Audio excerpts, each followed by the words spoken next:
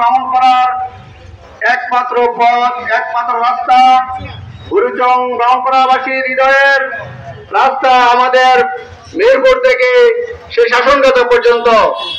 এই রাস্তার সংস্কার এবং 4 লাইনের পরিণত করার দাবিতে বাংলাদেশ জামাত ইসলামী বুড়িচং উপশাখা কর্তৃক আয়োজিত আজকে এই মানববন্ধন অনুষ্ঠানে আমাদের বুড়িচং এবং ব্রাহ্মণপাড়ার গণমানুষের নেতা ডক্টর মোহাম্মদ হোসেন সহ জেলা নেতৃবৃন্দ, উপজেলা নেতৃবৃন্দ, শ্রমিক ভাইয়েরা, বুড়িচংবাসী, আমরা আমাদের নেতৃবৃন্দের বক্তব্যের মাধ্যমে এটা ক্লিয়ার করে দিয়েছি।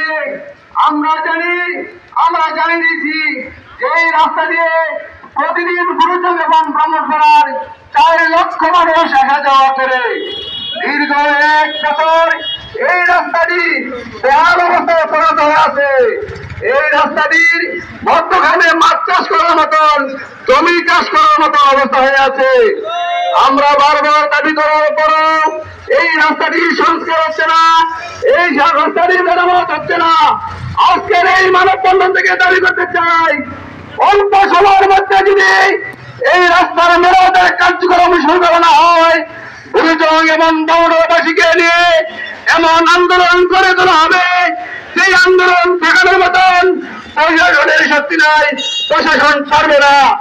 সম্মানিত বুড়িচংবাসী, আজকে আমরা বুড়িচংবাসীর পক্ষ থেকে আমাদের উপজেলা নির্বাহী অফিসার এবং আজকে মাননীয় জেলা প্রশাসক বুড়িচং অবস্থান করতেছে, বুড়িচংবাসীর পক্ষ থেকে আবেদন করতে চাই, দাবি করতে চাই, বুড়িচং ব্রাহ্মণপাড়াবাসীর এই হৃদয়ের দাবিকে পূরণ করে অল্প সময়ের মধ্যে যেন আমরা এই রাস্তা দিয়ে যথাযথভাবে সুন্দরভাবে চলাচল করতে পারি, সেই পরিবেশ তৈরি করার জন্য আজকের এই মানববন্ধন অনুষ্ঠান থেকে উদাত্ত আহ্বান জানাচ্ছি। পরিশেষে আজকের এই মানববন্ধনকে সফল করার জন্য সর্বস্তরের জনগণকে, শ্রমিক ভাইদেরকে, অটো চালক ভাইদেরকে, সিএনজি চালক ভাইদেরকে সহ যারাই সহযোগিতা করেছেন সকলকে আন্তরিক এবং ধন্যবাদ এবং মোবারকবাদ জানাচ্ছি। এবং আগামী দিনে আর যদি কোনো কর্মসূচি গ্রহণ করার আগে ওই কর্মসূচিতে অংশ করার জন্য ওদের আহ্বান জানাচ্ছি।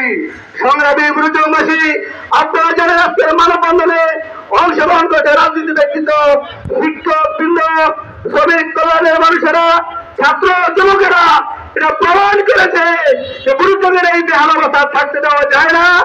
আগামী দিনে সকল পর্যায়ের মানুষকে আমাদের